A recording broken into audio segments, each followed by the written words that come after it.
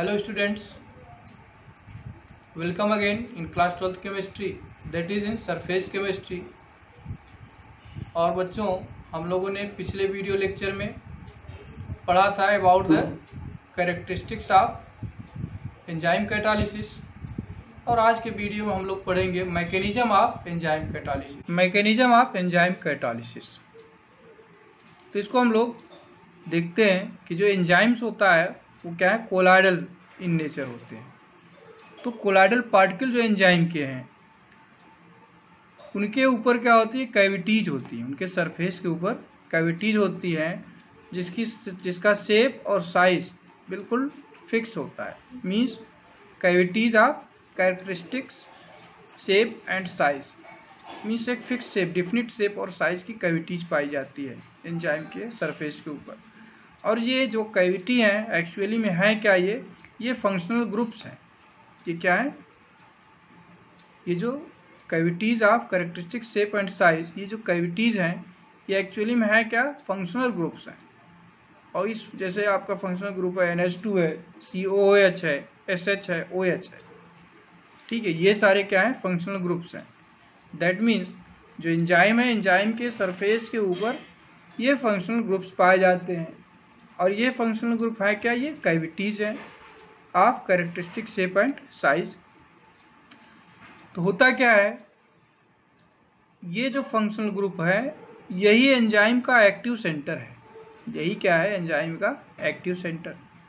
तो जब भी कोई रिएक्टेंट या सबस्ट्रेट एंजाइम के कांटेक्ट में आता है तो केवल वही रिएक्टेंट या सबस्ट्रेट उस एंजाइम की कैविटी में जाकर के फिट हो जाता है जिसकी साइज या जिस रिएक्टेंट की शेप एंड साइज क्या हो, बिल्कुल कॉम्प्लीमेंट्री हो to the shape and size of the cavity of enzyme. Means उस कैविटी के शेप और साइज में जो रिएक्टेंट फिट हो सकेगा वही जाकर के फिट हो जाता है।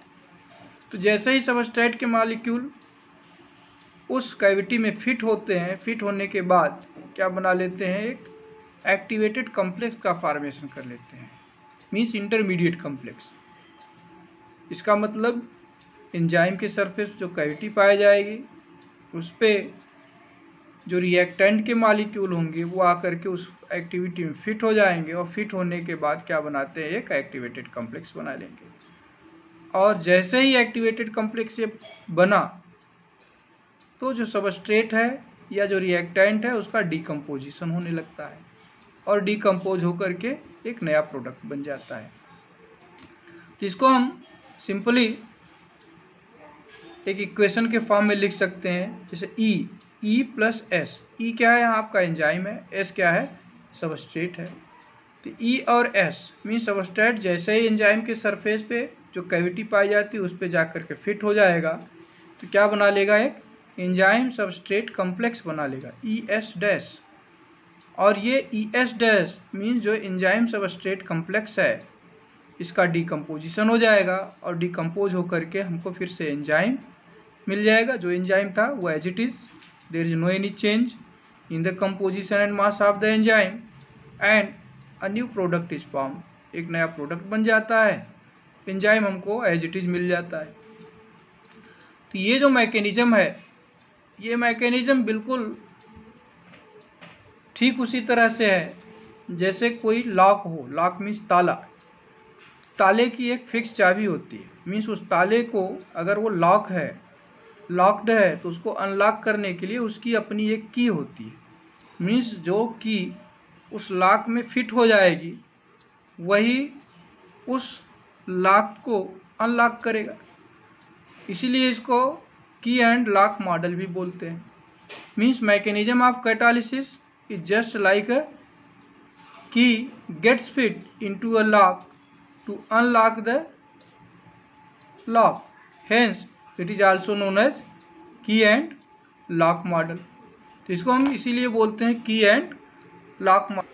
तो की और की एंड लॉक मॉडल को हम ये फिगर से हम अच्छी तरह समझ सकते हैं। जैसे आपका ये की है, एंजाइम क्या है, जस्ट लाइक ए की, and it has a cavity of characteristic cavity. ये कैविटी है, और इस कैविटी में जो सबस्ट्रेट आकर के फिट बैठेगा उसी को ये कैटालाइज करेगा। तो ये आपका एंजाइम है, ये हमारा सबस्ट्रेट है। तो आप देखिए इसका जो पैटर्न है, कैविटी का पैटर्न है और सबस्ट्रेट का कैविटी का पैटर्न क्या है, ये एक दूसरे में फिट हो जाएगा।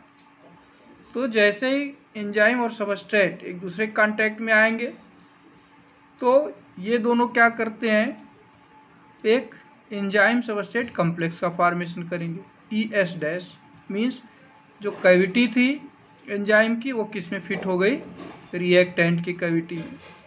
इस तरह से एंजाइम सबस्ट्रेट कॉम्प्लेक्स का फॉर्मेशन हो जाएगा और यही एंजाइम सबस्ट्रेट कॉम्प्लेक्स जो बना उसका डिकम्पोजिशन हो जाएगा और डिकम्पोजिशन होने के बाद जो हमारा रिएक्टेंट या सबस्ट्रेट था डिकम्पोज होकर के प्रोडक्ट का फॉर्मेशन कर लेगा और जो हमारा एंजाइम है वो एज इट इज हमको लास्ट में मिल जाएगा।